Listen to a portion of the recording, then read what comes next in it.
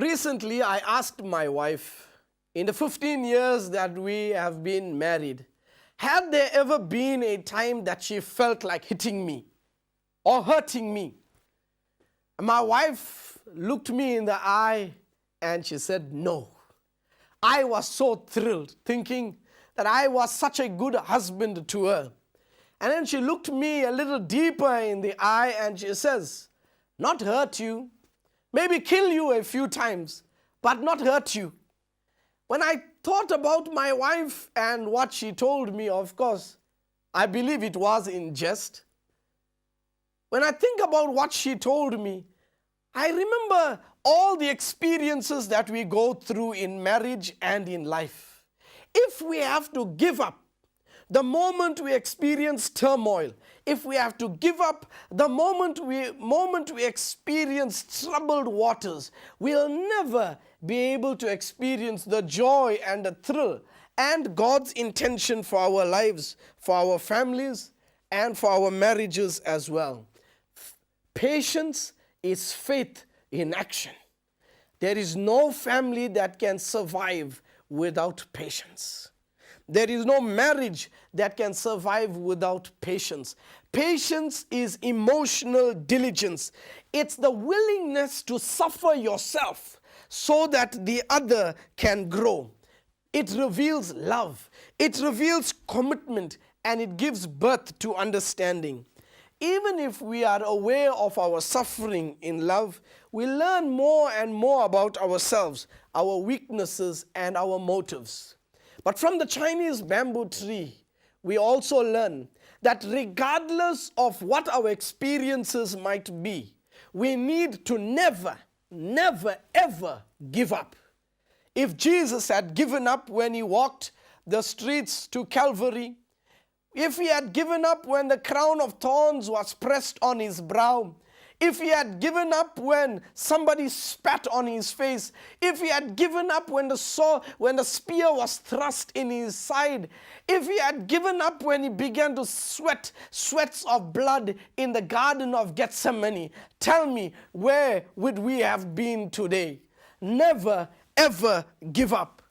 The Chinese bamboo tree teaches us some very valuable spiritual lessons. And I'm going to ask you today to search your hearts and answer this question for yourself. Have you ever wondered why certain people can become spiritual giants and their lives can be so content? Why they would appear to be so close to God and have it all together, even though you might be struggling? Have you felt like a spiritual dwarf compared to these spiritual giants? Have you felt alone and lost as you grow in your spiritual walk?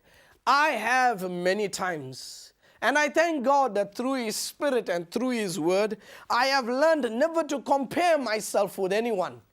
Because if I'm going to be somebody else, who's going to be me? Nevertheless, it's important to look up to spiritual giants as examples for us to follow. I have often wondered, would I ever live up to the reputation that the Apostle Paul had laid out in the Bible? Bearing his name Paul, I've also wondered whether I would be a spiritual giant like him. Today, we are going to discover what prevents us from becoming spiritual giants and what keeps us as spiritual dwarfs. Some people want to be spiritual giants by simply watching one DVD presentation. Some people want to be spiritual giants by simply listening to a powerful sermon. Some people want to be spiritual giants by going to church once a week. Some people want to be spiritual giants just by reading their Bibles now and again. You do not become spiritual giants by living like spiritual dwarfs.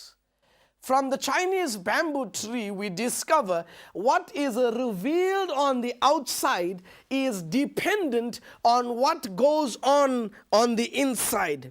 Had the Chinese bamboo tree farmer dug that seed out every month to discover how it was growing, he would have stunted the growth of that Chinese bamboo tree. I remember once my wife and I were doing gardening and I was suddenly inspired to plant potatoes. It was a wonderful experience. I tilled my soil, dug my holes to put the potatoes in, and when I placed it in, I nurtured that garden of mine for a few days, regularly watering it, coming home from work early just so that I can tend my garden. After 2 or 3 weeks, I realized that there was nothing happening in my garden. And I demarcated 3 holes, one section of the garden, for me to dig up and test now and again whether my potatoes were growing. And yes, after 3 weeks, I dug it out and I saw that there was not much growth. Before my wife could see, I put it back in the hole and covered it. I did this for quite a few times. After a while, a few weeks, I discovered enough is enough. There must be something growing underneath. I dug those potato trees out and I saw my potatoes. Even though they were small, they were my potatoes. And my wife told me, Paul, leave it in, let it grow. I said, but look at them. They are so beautiful. I can't believe that I have grown so much of potatoes. I dug all my potatoes against the advice of my wife, laid it out on my kitchen table, took a few photographs and showed my friends. Unfortunately, we never get the chance to cook those potatoes because my wife told me it was too small. Had the Chinese bamboo tree farmer dug up the seed to see its growth, he would have stunted the growth of that Chinese bamboo tree. Had the butterfly